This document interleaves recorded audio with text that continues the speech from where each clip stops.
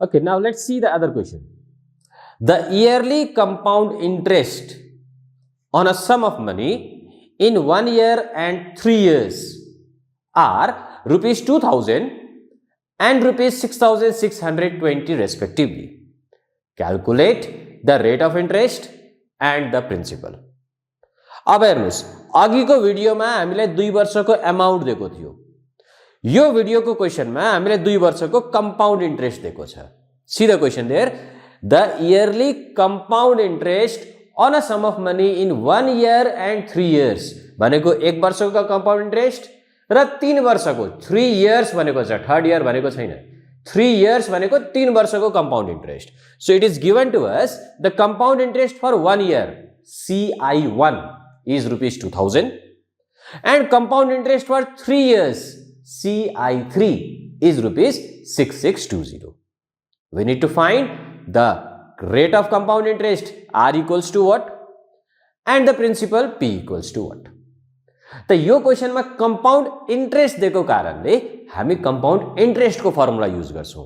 We know what is the formula. See here, compound interest is equals to P 1 plus R by 100 to the power T minus 1.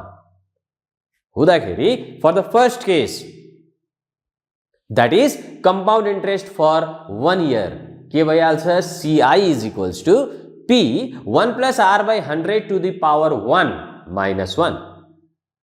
Compound interest दिएको छ 2000, value राखेर कुन equation आउँछ यहाँ 2000 equals to P 1 plus R by 100 to the power 1 minus 1. यसलाई equation 1 मानौं। Similarly, अगाडि के दिएको छ compound interest for 3 years. तो फर्मुला में टाइम लाई 3 राख्दाखेरि we say CI3 is equals to P 1 plus R by 100 to the power 3 minus 1. Compound interest for 3 years दिएको छ हामीलाई 6620. So what we get 6620 is equals to P 1 plus R by 100 to the power 3 minus 1.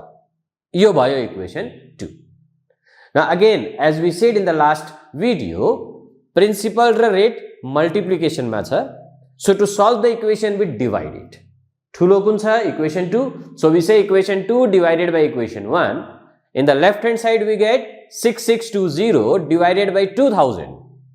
Right hand side मा आइहाल्छ P 1 plus R by 100 to the power 3 minus 1 divided by P 1 plus R by 100 minus 1. अब left hand side में fraction में राखौं यसलाई किनभने right hand side में फेरि फ्रैक्शन आउने छ। फ्रैक्शन राख्दाखेरि क्यान्सल भएपछि त्यहाँ आउँछ 331 by 200, 331 by 100. Right hand side को P र P क्यान्सल भयो। अब हेर्नुस् ब्रैकेट भित्र त्यहाँ माथि के छ 1 plus R by 100 को पावर 3 minus 1, 1 लाई हामी 1 क्यूब भन्न सक्छौं। माथि a cube minus b cube को फर्मुला यूज गरौं। के हुन्छ formula a cube minus b cube equals to a minus b a square plus ab plus b square. यो फर्मुला यूज गर्दाखेरि माथि के आउँछ 1 प्लस r by 100 को पावर 1 माइनस 1, अर्को ब्रैकेटमा 1 प्लस r by 100 को square plus 1 plus r by 100 plus 1 and divided by 1 plus R by 100 to the power 1 minus 1. अब हेर्नुस् यो राइट हैंड साइड को तलको पार्ट र माथिको फर्स्ट पार्ट के हुन्छ क्यान्सल।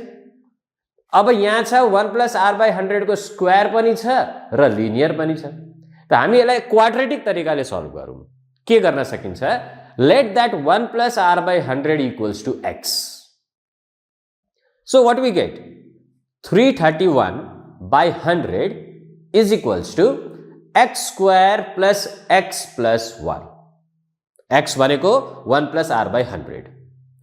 क्रॉस मल्टीप्लाई गरौं 331 is equals to 100x square plus 100x plus 100. अब यो 331 अर्कोतिर गयो भने हाम्रो क्वाड्रेटिक इक्वेसन के आइहाल्छ 100x square plus 100x minus 231 equals to 0.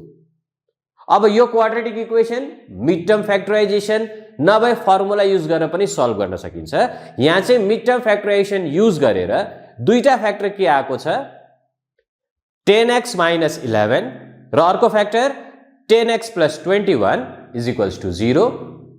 First फ्याक्टरलाई इक्वल टु 0 गर्दा x को भ्यालु आउँछ 1.10। सेकेन्ड फ्याक्टरलाई इक्वल्स टु 0 गर्दाखेरि x को भ्यालु आउँछ -2.1। अब रेट नेगेटिभ त हुन सक्दैन, so we ignore that part.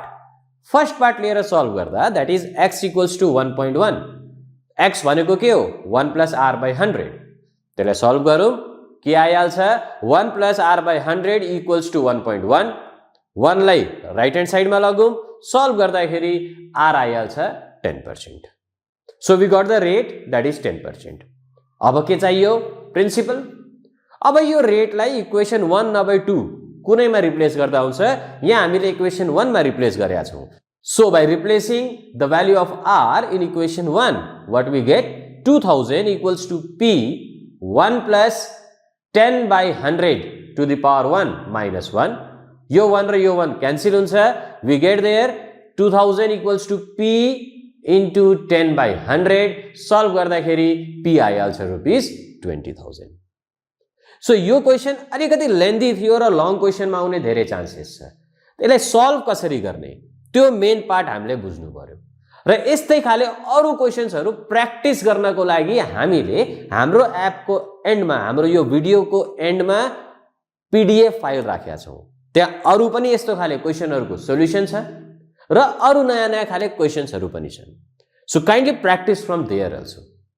र यो लङ क्वेशन जुन पनि आउँछ एक्जाममा it is very important, you need to know how to solve that question. र अब आउने भिडियोजहरुमा अझै हामी यस्तै खाले एक दुईवटा लङ क्वेशन हेर्नेवाला छौं। So stay tuned and keep on watching us.